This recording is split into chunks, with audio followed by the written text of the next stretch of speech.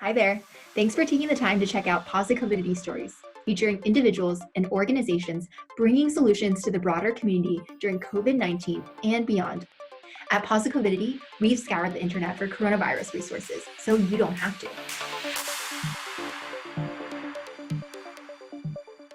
Hi, everybody. We're so excited to have Joshua Browder here with us today. He is founder and CEO of DoNotPay. Sure. Thank you so much for having me. So I'm Josh and I'm the founder of DoNotPay. And I like to think of DoNotPay as the world's first robot lawyer. And what that means is helping people fight back for their legal rights against corporations and government bureaucracy. So I'm originally from the UK and I moved here to go to Stanford in Palo Alto.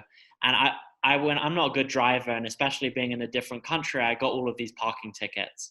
And I was getting so many tickets that as a college student, I couldn't afford to get out of them. And so I was writing the same letter over and over again to get out of my own tickets. And what I learned is in America, if you know the right things to say, you can get out of a lot, including my own terrible parking. And it seemed like it was pay to play where unless you had an expensive lawyer, you really didn't know what to say. And as a software engineer, I thought there's no reason you should pay someone hundreds of dollars to copy and paste a few documents, a lawyer. You should just have access to this automatically.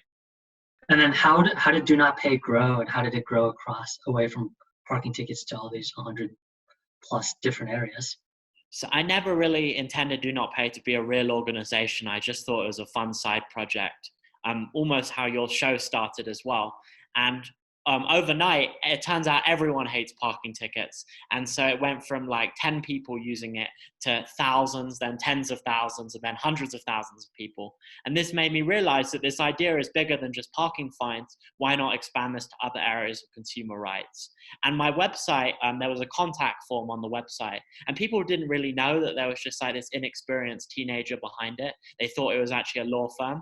And so everyone was writing in and saying, oh, I'm having a problem with my landlord. Can you help me? And all of this made me realize that I should expand to other areas of the law. And so I spent the last few years doing it and making it into a real company.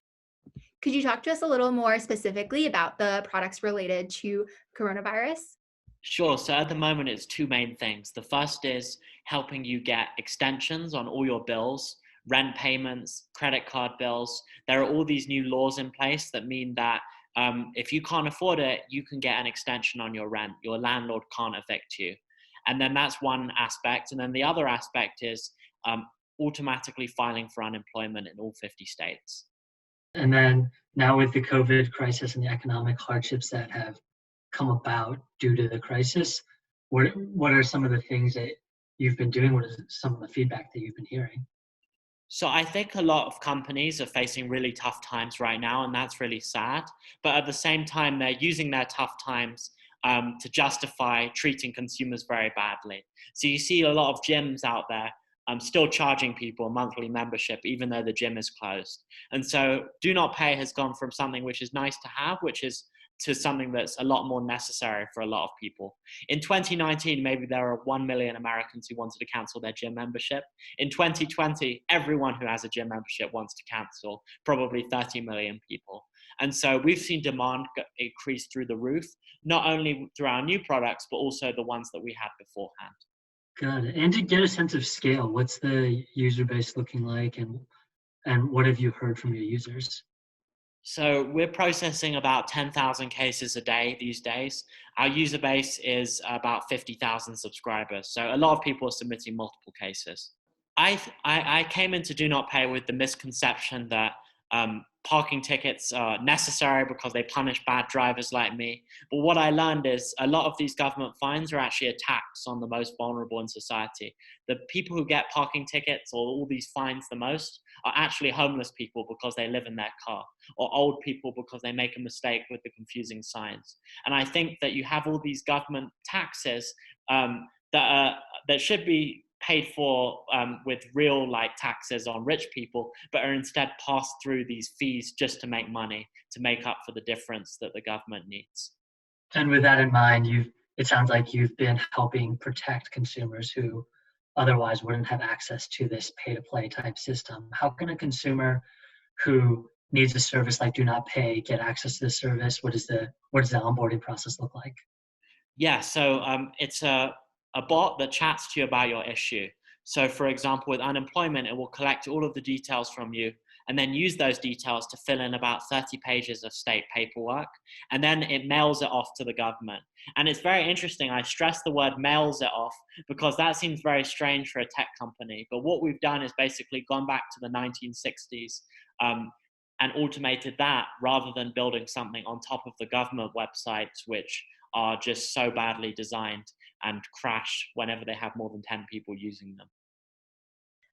Your story and business sounds so incredible, Josh. I'd love to hear a little bit more about some of the challenges you might have experienced when you were building it up, and also what advice you have for some of our student entrepreneurs that might be tuning in. Yeah, so the US is such a fragmented country with all 50 states, and the biggest challenge is doing something that can be done online. We tried things that failed. So one of the things we tried is to automate divorce. That failed spectacularly because you actually have to go into court to get divorced. You can't just do it online. And there's no software in the world that can speak in court yet. And robots aren't even allowed in the courtroom. So the biggest advice I would say is make sure what you're doing is scalable, because if not, it might work on a small scale, but when you get all this media, it's just going to be so stressful because you can't automate it. Pivoting back a little bit to the COVID elements of this conversation, I was hoping to hear about how other people might be able to help your organization out. What is it that anyone can do in order to help out?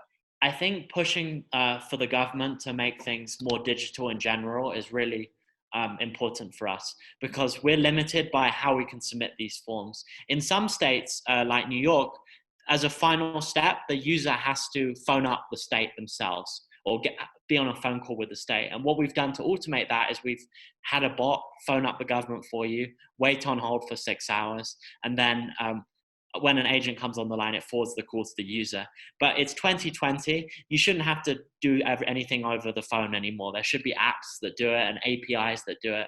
And so just having a more digital government makes our life a lot easier. And anyone who can push for that is really a friend of ours. A lot of room for innovation.